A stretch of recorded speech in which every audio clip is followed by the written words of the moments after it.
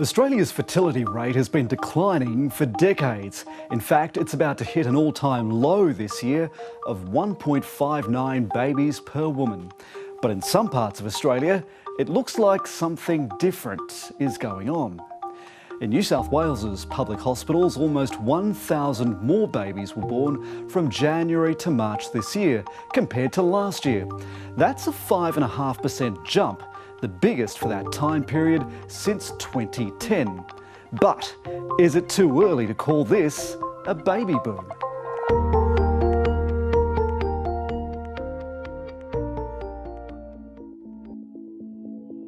This study has been one of the first to pick up a fascinating trend during the COVID pandemic. It looked at antenatal serology tests. That's a test usually done early on in a pregnancy. The authors found that the number of tests done through Medicare was up almost 25% in June last year. And so they concluded 11,000 more babies would be born in Australia within the year. And they might have been right. Beck is due to have her third child in January. After being stood down from her job as a flight attendant, there were no other commitments in the way. I was like, well, work's going to be up in the air for me for quite a long time and can't travel, we can't go on holidays, what else are we going to do sort of thing. So yeah, we just decided it was a good time. The number of women seeking IVF has also jumped more than expected. In 2020, some IVF services were put on hold for at least a month around Australia, meaning women had to delay or cancel their plans. Overall, the growth in IVF is about 6% above where it was prior to COVID. That growth could point to a shift in people's priorities. I think what's happened is they've said, well, look, our lives are fundamentally changed for the next year, 2 years, however many years, we don't know. So instead of travelling now, which we can't do, instead of doing other things which we'd planned, we'll actually start our families now. But an increase in the number of babies doesn't necessarily mean we're entering a boom.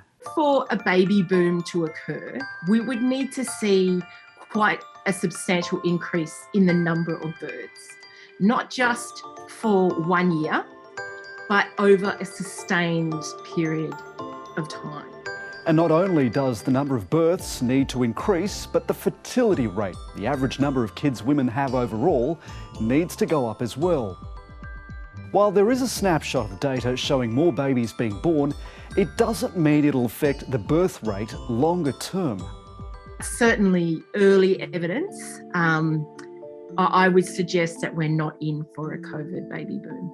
So while it's not a boom, Australia is seeing a slight increase.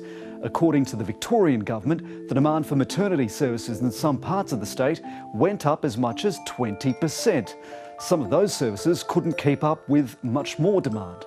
We're sort of getting, reduced numbers of midwives available. They're either stressed, leaving the profession, furloughed because they've had exposure. And it's always really difficult to attract midwives to regional centres anyway. Victoria expects to see an extra 1,400 births towards the end of the year. Potentially hospitals, maternity units won't be able to keep up with the influx of women. The fluctuations we're seeing in Australia are not dramatic, but elsewhere in the world, it's a different story. In the US, 300,000 fewer babies are expected this year compared to what was expected before the pandemic. And Italy and Spain saw their birth rates decline as much as 20% last year. How many babies people want to have can have a lot to do with how confident they are about the future. One for your husband and one for your wife and one for the country. Peter Costello's famous baby bonus in the early 2000s was intended to boost a falling birth rate.